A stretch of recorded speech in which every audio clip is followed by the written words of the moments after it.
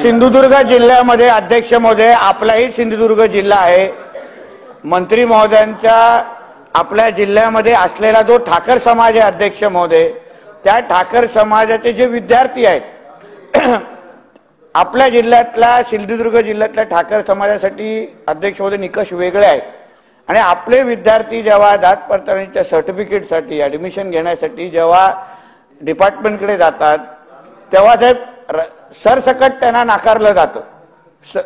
Regular तसे cases आहेत. आणि मग तेच विद्यार्थी जेव्हा कोर्टामध्ये जातात तेव्हा लगेच त्यांना, साहेब जरा एक मिनिट, खाडे साहेब एक मिनिट, आणि तेच विद्यार्थी साहेब जेव्हा कोर्टामध्ये जातात त्यांना लगेच ते सर्टिफिकेट दिले जातात. आणि ह्या संदर्भात अध्यक्ष महोदय, मी मंत्री महोदयांना गेल्या अधिवेशनात बोललो, आधी आपल्या निमित्ताने मी परत विनंती करणार आहे की ठाण्यामध्ये आपल्या खात्याअंतर्गत मंत्री महोदय पावरा नावाचे एक अधिकारी आहेत, त्यांचा आमच्या सिंधुदुर्ग जिल्ह्यावर काय राग आहे हा कधीतरी बोलून त्यांना विचारा.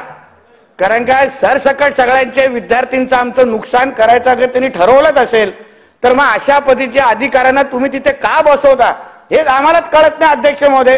कारण का तोच विद्यार्थी उद्या जेव्हा कोर्टात जातो त्याला लगेच परवानगी भेटते.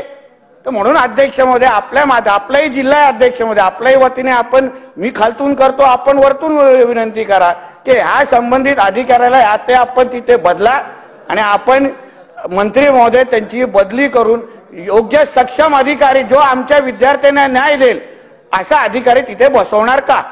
धन्यवाद. अध्यक्ष महोदय, हा प्रश्न स्कोपच्या बाहेरचा आहे, त्याने दुसऱ्या मुद्द्याने उपस्थित करा.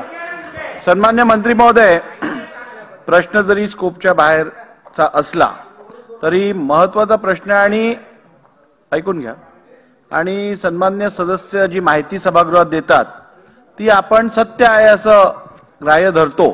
त्यामुळे त्यांनी दिलेल्या माहितीची गंभीर दखल घेऊन उचित उपाययोजना करा त्या संबंधित अधिकाऱ्याविषयीची.